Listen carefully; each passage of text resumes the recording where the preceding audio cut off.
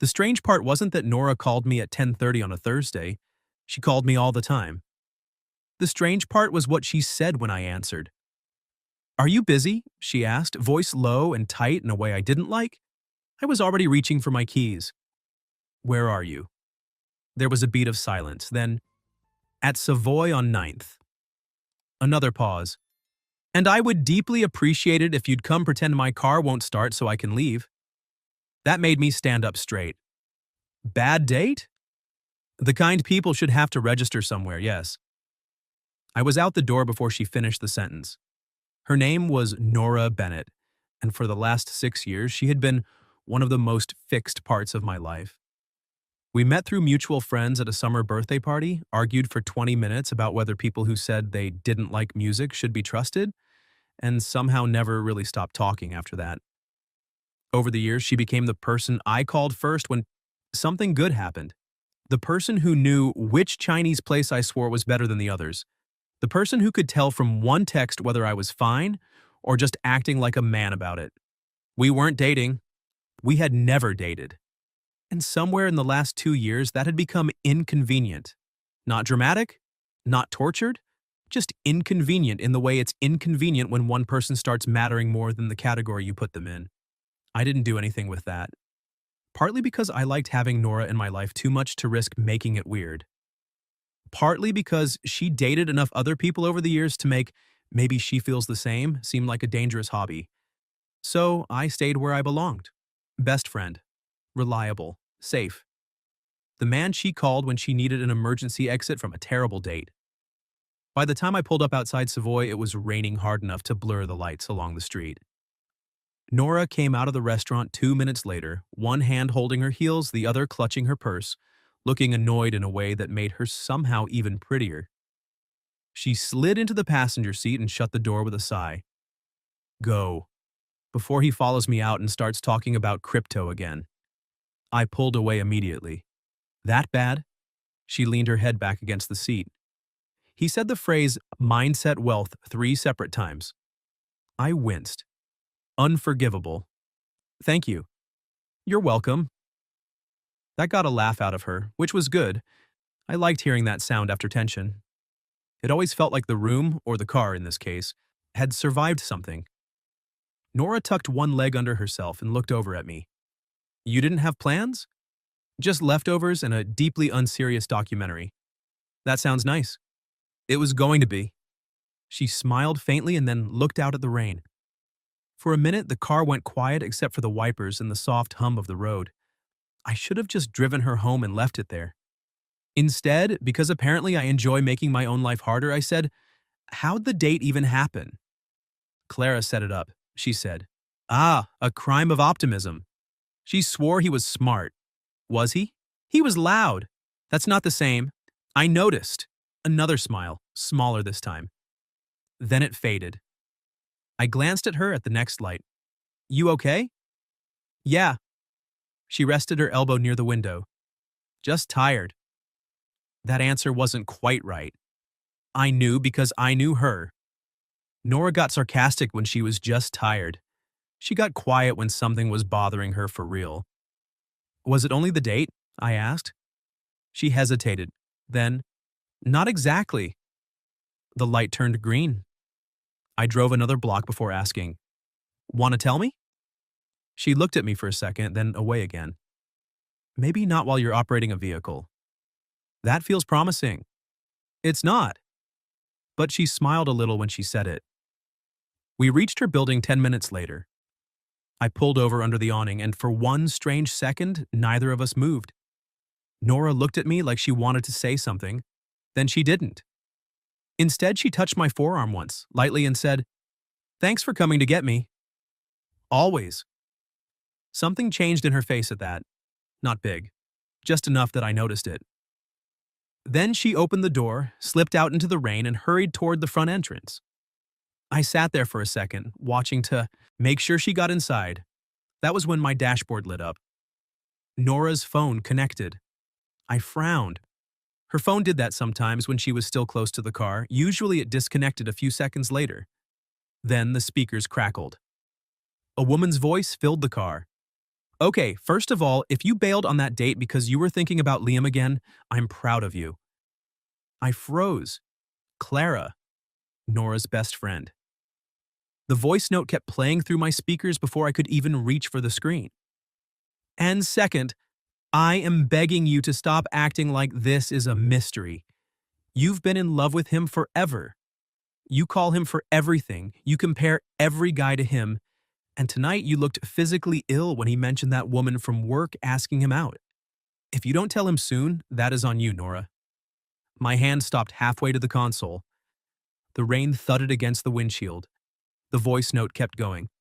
For the record, no one asks the same man to rescue her from every bad date unless she already knows he's the one she actually wants. The audio clicked off. Silence. Then a sharp knock on my passenger window. I turned. Nora was standing there in the rain again, eyes wide, breathing hard, staring at me through the glass like she already knew exactly what had just happened. When I lowered the window, she swallowed and asked, voice barely above a whisper, "Please tell me that didn't just play through your car?" I looked at Nora through the open window.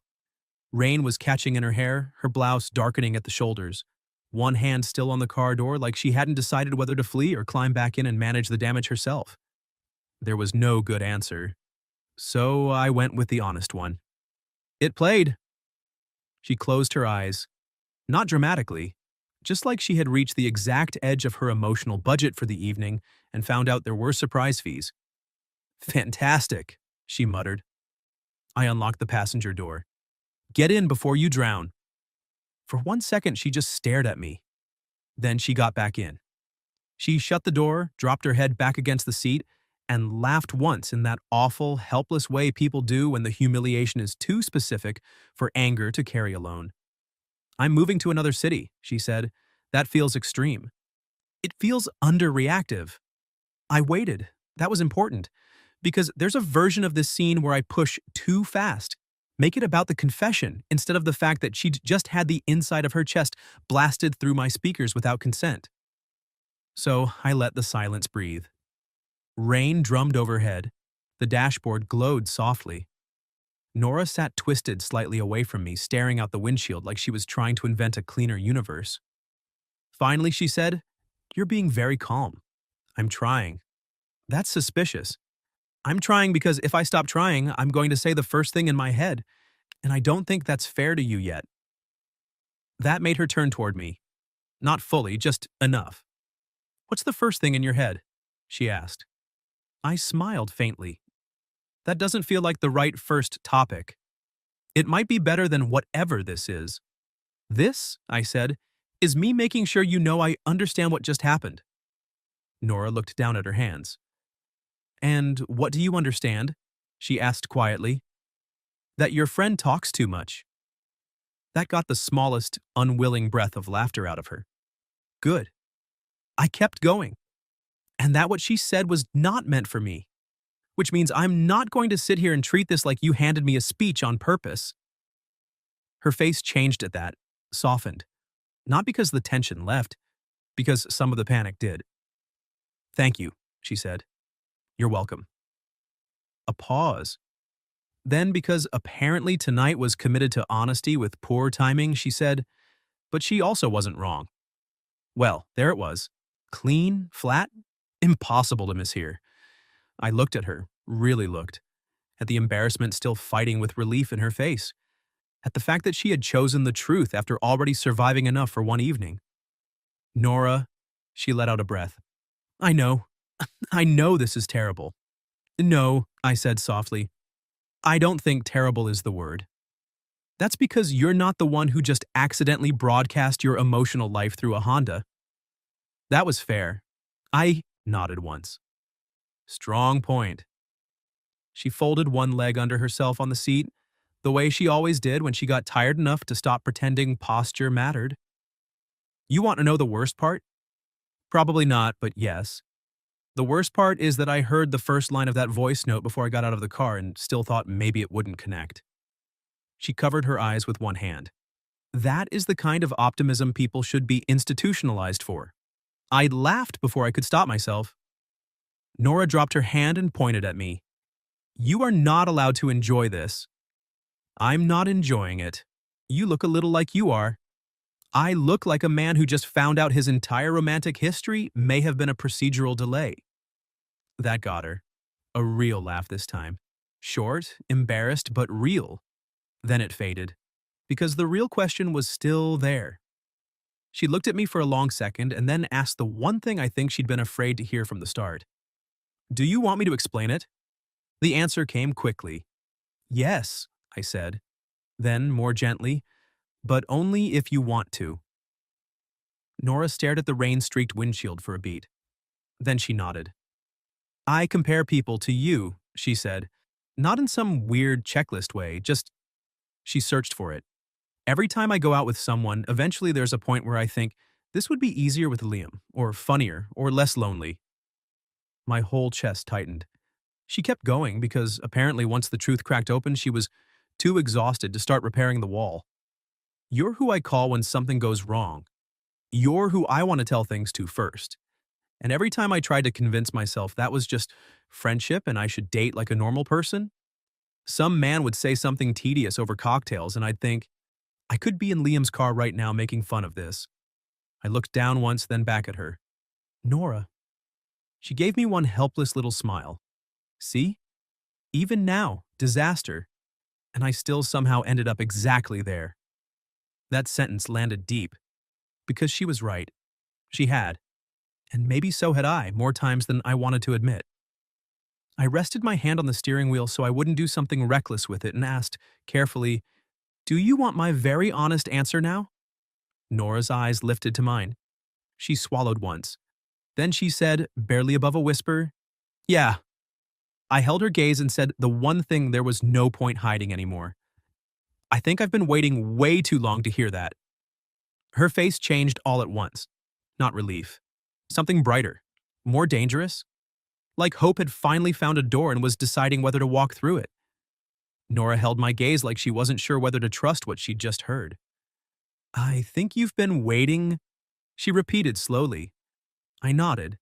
There didn't seem to be any point pretending I'd meant something safer. Yes. The rain softened against the roof of the car, not gone, just quieter now, and the whole space between us changed shape. Nora looked down at her lap, then back up at me. Since when? That was, unfortunately, a real question. And maybe the only reason I answered it honestly was because the night had already burned through the polite versions of both of us. Long enough to be inconvenient, I said. Not so long that I can claim wisdom about it. A small breath of laughter escaped her. That's very you. It's also true. She studied my face for a second, searching for the joke I wasn't making. When she didn't find one, her expression shifted. Not dramatically, just into something more open than she usually let herself be with me. I thought maybe I'd imagined it sometimes, she admitted. Little things. The way you'd go quiet when I mentioned a date. The way you'd remember details no one else remembered. I did go quiet. I noticed. I gave her a look. Apparently not enough to stop dating men who say mindset wealth. That got a laugh out of her. Good. The car needed that. Then Nora tucked a damp strand of hair behind her ear and said, quieter now, do you know what pushed me over the edge tonight? The crypto? That too. A pause. But really? He asked if I'd ever been in love. I stayed still. And I said yes before I could stop myself. That landed deep. What did he say? He asked what happened. She gave one helpless shrug. And I realized I was sitting across from a stranger trying to explain a feeling I hadn't even fully admitted to the person it belonged to. My chest tightened hard enough to be annoying. Nora looked out at the rain-streaked windshield again. That's when I texted Clara from the bathroom, then I called you. I let that sit for a second. Then I asked the question that had been building since the voice note. What woman from work? She blinked, then groaned softly and covered her face with one hand. Oh no! That is not a reassuring response. It's not bad, she said through her fingers. It's just humiliating in a completely different direction. Nora. She dropped her hand and looked at me. 3 weeks ago, Sophie mentioned that some woman at your office had asked if you were seeing anyone. I frowned. Sophie talks too much too. Apparently that's the theme tonight. She asked me to coffee once, I said. It wasn't a thing.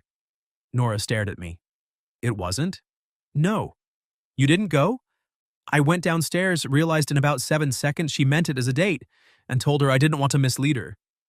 The silence that followed was absurdly loud. Nora's mouth parted a little. Why?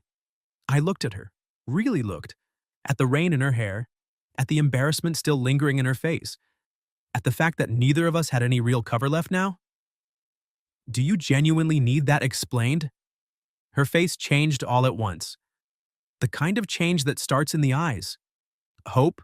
Disbelief? Something almost shy, which on Nora looked so rare it nearly undid me. No, she said softly. I guess I don't. Neither of us moved after that. The car had become too small for pretending and too private for escape. Then Nora asked, "Why didn't you ever say anything?" There it was. The question that lives underneath half the stories people tell themselves about timing. I leaned back against the seat and let out a breath. Because I liked my life with you in it. She frowned a little. That doesn't answer it. It does. I looked over at her. I didn't want to risk losing the version of us I already had just because I wanted more. That stilled her. I kept going because if I stopped now, I'd regret sanding it down. You're my first call too, Nora. You're the person I want around when things are good and when they're terrible.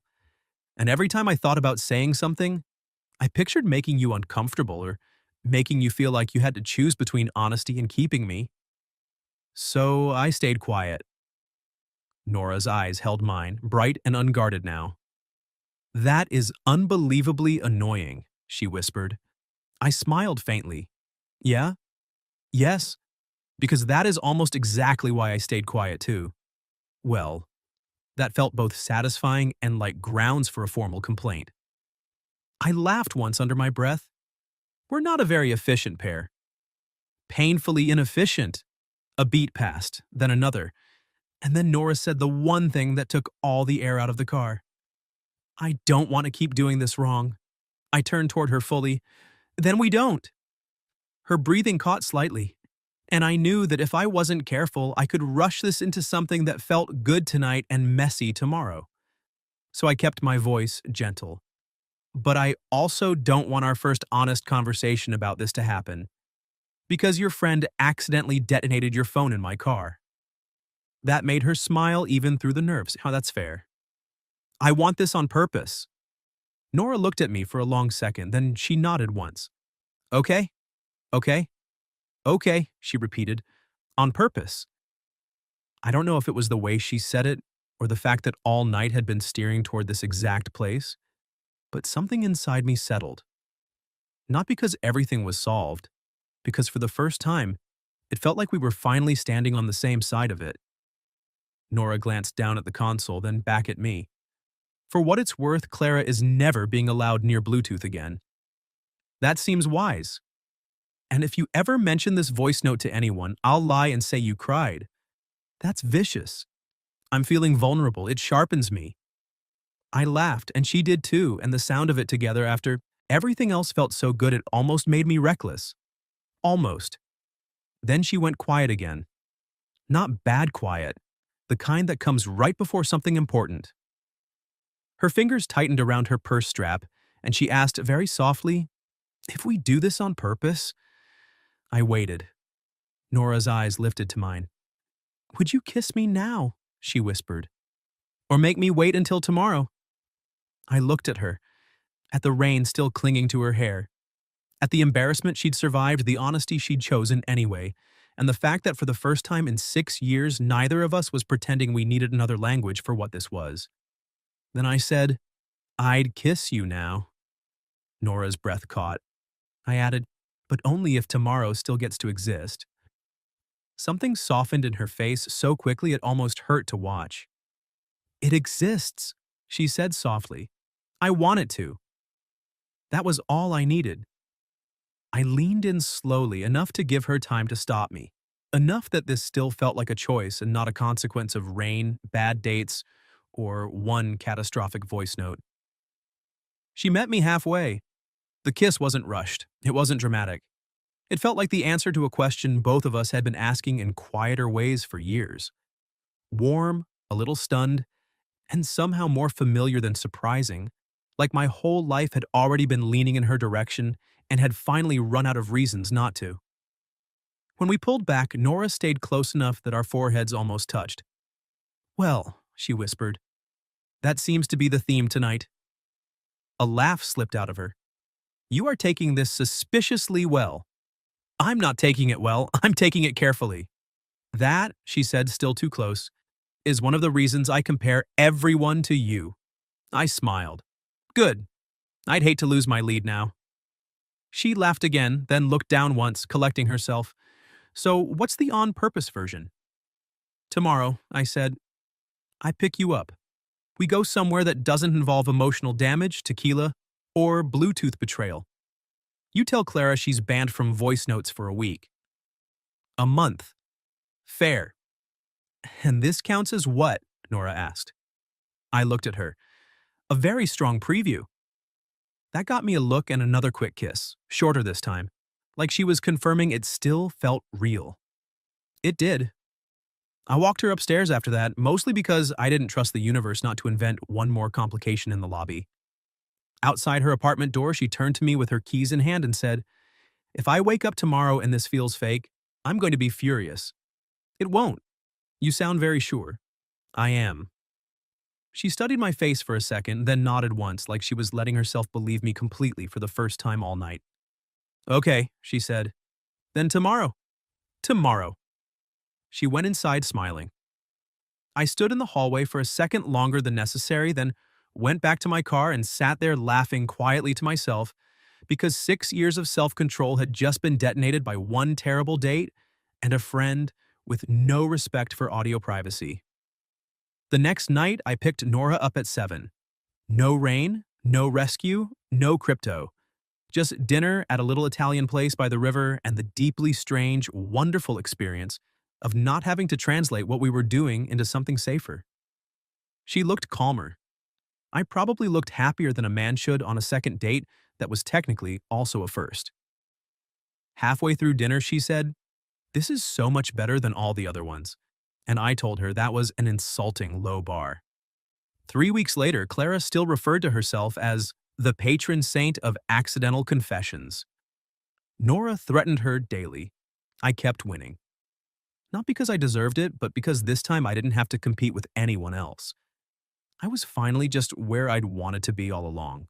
Across from Nora, hearing about her day, reaching for her hand without having to pretend it was an accident. And the strangest part was that nothing about it felt sudden. It felt named. What would you have done if your best friend stepped out of your car, left the Bluetooth on, and her friend's audio exposed everything? And have you ever gone through something like that, where one accidental moment said what nobody had been brave enough to say out loud? Tell me your story in the comments. If you enjoyed this one, leave a like, subscribe, and I'll see you in the next video.